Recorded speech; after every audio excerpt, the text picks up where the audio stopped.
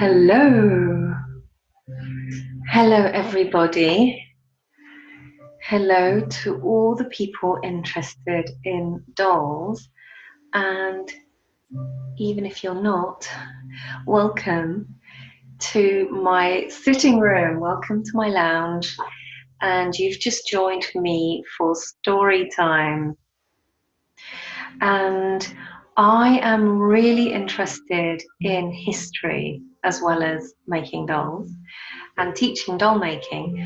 And I've just picked up one of my super finds. I found this in a second-hand bookshop in Shoreham on Sea, and it's called Old Fashioned Ragdolls. Making Old-Fashioned Ragdolls. This is a book from the 80s, and it's absolutely brilliant. And then I came across a chapter there called, now I can't read by the front, Early Victorian Ragdolls, around 1830. So the ragdoll, I'm particularly interested in ragdolls or cloth dolls. And the cloth dolls that come to mind when we think about cloth dolls or ragdolls are the Victorian types of dolls. Now I make my own style that's very, very cheeky and cute, and I'm fascinated about how real they look. I mean, doesn't she look real? What do you mean? How could you doubt my reality, you stupid girl? Oh no, she's got angry now. She's just sitting there with her back to me. Whoopsie. Whoopsie, never mind. Well, anyway, we'll get back to the dolls later. But before I start reading to you, have a cup of tea ready. So pause this video. As you'll know, in all my videos, there's always a lot of tea drinking involved. So this is fascinating.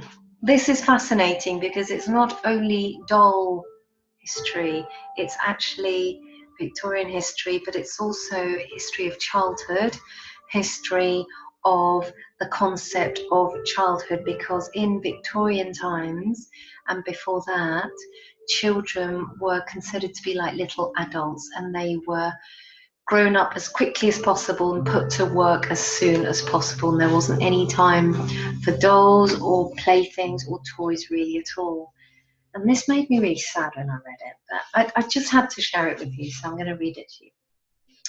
Rag dolls are among the oldest toys. They have been discovered among ancient Egyptian, Greek and Roman remains. In its various forms, they are found in most countries in the world. Sometimes they have religious significance, such as the voodoo dolls of Haiti, but most often they are simple playthings. As a child's toy, the rag doll has many advantages. It is soft and cuddly, unlike a wooden doll. That's why I like making rag dolls, because I can cuddle them. And if I need particular comforting, they're very good. They're very good for that. I mean, teddy bears are up there with the doll thing, but because a doll looks a bit more like a person, there's just something more real in the comforting words that they do tell you. So I do invite you to try it. So unlike a wooden doll, easy to make from whatever scraps are available and relatively cheap to produce. Now, I'm really sorry, girly, but you're cheap. You're cheap. How dare you? No, you are, because her body is made from an old pillowcase. I know. Cover your ears. Cover your ears. Her body's made from an old pillowcase, so she is upcycled, and her fabric of her dress is butter scrap, and her hair was given to me as a ball of wool. So, my darling girl, you're cheap but very beautiful. So don't worry, okay? Now then, back to the books. It's now getting too dark to read, so I'm going to have to hurry up. Cheap to produce. Before the 19th century, there were no commercial rag dolls or patterns for them. So these early dolls were very individual. They were the classic handmade doll, designed and made and dressed, usually by the same person. Their beauty or otherwise depended upon the skill of the individual maker and the materials available. At the time, all fabrics were hand spun and woven and therefore precious, so it seems unlikely that rag dolls were a poor child's toy. The poor child would have had little leisure time for making dolls, and the children of a poor family had a very brief childhood, being set to work at simple tasks as young as 5 or 6 years old. It is more likely that the dolls owned by these children would have been simple ones made by themselves, or an indulgent parent from forked twigs, perhaps dressed in leaves or grasses. That's really touching, isn't it? The rag doll was therefore most probably the province of the middle-class child whose mother had time, the necessary sewing skills and the materials to make it. So that was interesting to me. Not every child had a willing parent or carer that had the skills or the time to sit and make them a rag doll, because as if you've ever made a doll, they take quite a while, don't they? They're not a quick thing to make. Such early dolls are extremely rare. There are a few in museums, partly because of their perishable nature and their relatively low value, but mainly, I believe, because few were in fact made. Before the end of the 18th century, when attitudes to children and their needs changed quite radically, the child was regarded as a small adult, dressed as such, and expected to grow up as quickly as possible. That's just really full on, isn't it? That's really full on. If you're in England or London, go to the Museum of Childhood in Bethnal Green, and there are such examples of children's clothes, even the Victorian Albert Museum, museums of costume. I studied fashion design as well, so the sewing and clothing thing is something that I've always been fascinated by. So back in this time, in the early 1800s and before, children's clothes were mini versions of adult clothing. Toys were not considered essential to their well-being and were often regarded as status symbols rather than playthings. So even if a child did have a toy, such as, let me show you that, that's a really spectacular doll. They weren't even allowed to play with them. They were just ornaments that were there on display, such as all the Victorian curiosities. There was, however, a change in attitude towards the end of the 18th century. Yay! At long last! Albeit slight. Okay, don't worry, don't jump up too much. For the first time, children had their own clothes. The skeleton suit became fashionable for small boys. Still fashionable now, isn't it? Little children in skeleton suits. And little girls wore simple muslin dresses. Toys were considered to be a good thing, and dolls became popular and cheaper. Yay! By the middle of the 19th century, children were once again dressed in layers of fussy, uncomfortable clothes, but toys had become an established part of childhood, except on Sundays. It was at this time that the handmade rag doll came into her own. Thanks to the Industrial Revolution, fabrics, especially cottons, had become available to all but the very poor. Thousands of middle-class women were now able to leave their housework to servants and thus had hours of empty time to fill with genteel occupations. They had large families of daughters who were taught the ladylike skills of needlework, and ragdoll making offered a wholesome educational pastime. So I really hope that I, as a ragdoll making teacher, am able to offer you a wholesome pastime. Not to mention genteel, because it is very genteel. By the middle of the century, patterns were available for those lacking the skill to design their own. Dolls and commercial rag dolls were on sale, dressed or undressed. I'm going to show you a rag doll pattern that would have been, that is of this time. There you go.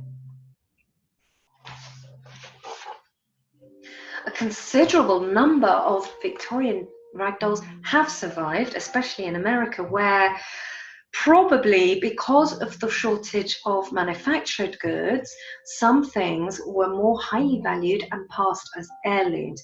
These dolls, despite the similarities imposed by the medium, show an enormous variety of methods and standards of workmanship and workwomanship. Because did you know that Margareta Steiff, the godmother of teddy bears, the lovely little old German lady that made the teddy bears to start with, she also used to make dolls. So workwomanship as well. Some are very crude, perhaps a flat two-sided doll without joints of any sort, the face painted and on with vegetable colouring, and the hair a hank of tow or wool or a very simple dress. Now I tell you what, this doll is exactly that. She is a two-dimensional. This is the doll that I teach on the course and available to download on the Make a Doll book for just £8 this month. That's a two-dimensional doll, and her hair is made of wool. And her face is painted, not with vegetable dyes, just with pens, with waterproof pens. They need to be waterproof because if you get them wet, then that's not good. Then the doll's face run. But you get the idea. You get the idea. Vegetable colouring, hair, and a very simple dress. That's a very simple dress. That is a two-piece simple dress. Others show much ingenuity with design, with seated, gusseted bodies, stitched joints, beautifully embroidered faces, real hair wigs, and elaborate wardrobes. You get the whole variety. It's hard to believe that a set of exquisitely hand-sewn underwear on show at the Victoria and Albert Museum is the work of a 12-year-old, but such was the standard expected and often achieved by a young lady of Queen Victoria's time. Isn't that fascinating? You'll notice it's getting dark actually. It's because we're in autumn and the light suddenly just goes off really quickly at this time. During the 1880s, cut-out and sew rag dolls printed onto a length of cotton cloth were available. You can still get those now, can't you? The tea towel ones. These became very popular, so new designs and innovations were introduced. Shaped feet with flat soles, faces printed from photographs, and later heat pressed to make fully shaped heads were all introduced in the early part of the 20th century. The humble ragdoll had come a very long way from her simple beginnings. Today, whether handmade or commercial, she is still enormously popular, aren't you? Yay! Yes, I am. Most doll makers begin with rag dolls. Many of them make only rag dolls, me.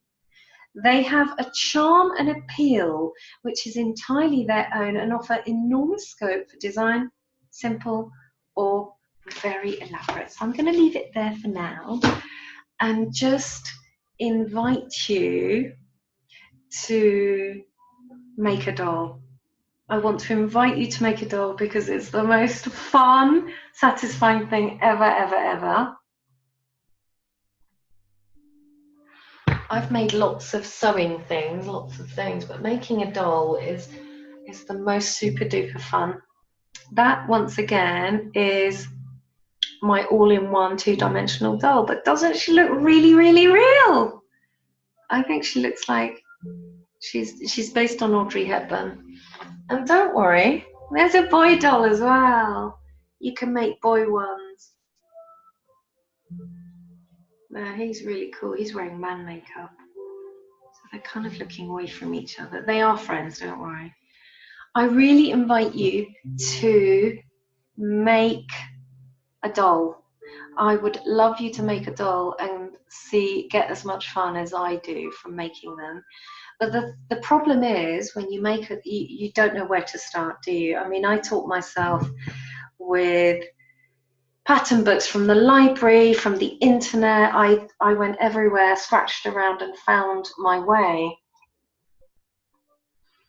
But if you just don't know where to start and you haven't got 4 years of practicing and finding patterns and finding videos on YouTube on how to make the hair, which took me forever to figure out, things like that, and how to make the clothes and how to make the faces, that's so hard to do the faces, then I am doing a 6-week course where we learn together every week one part of the doll, because there's so many different parts and they're all very, very different. It's a real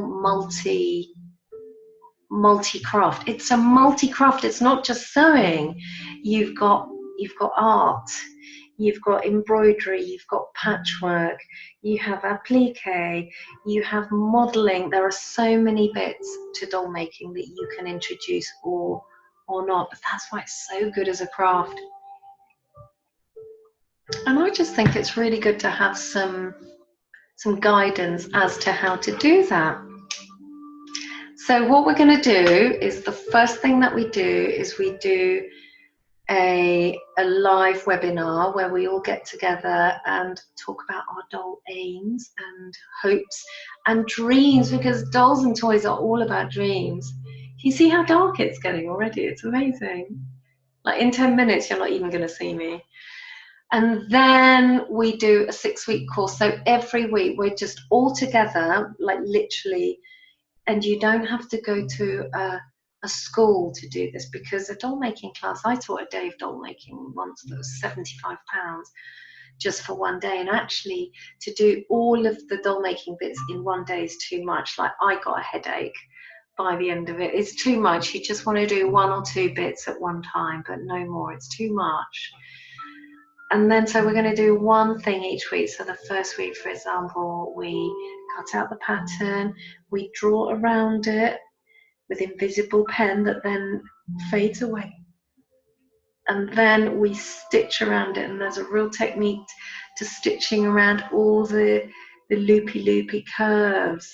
You know, it's not like seaming to make yourself an armhole or a straight seam down the side. It's more wiggly wibbly, so there's ways of doing that. And we cut it out. You can see my videos on my channel here. Just have a look at my videos. But the funnest thing is, if we're doing it all together, then as you're doing it, so if you're watching my YouTube and you're sitting at home sewing, you go, problem, what do I do about this? And you can't very well stop the YouTube video and ask me, because you haven't got my phone number, and I might be asleep anyway. Because you might be watching it in India or something. Because I've got some subscribers from India, which is so cool.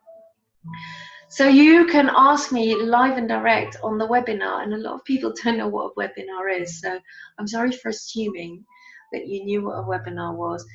A webinar is a posh and trendy name that means an online class.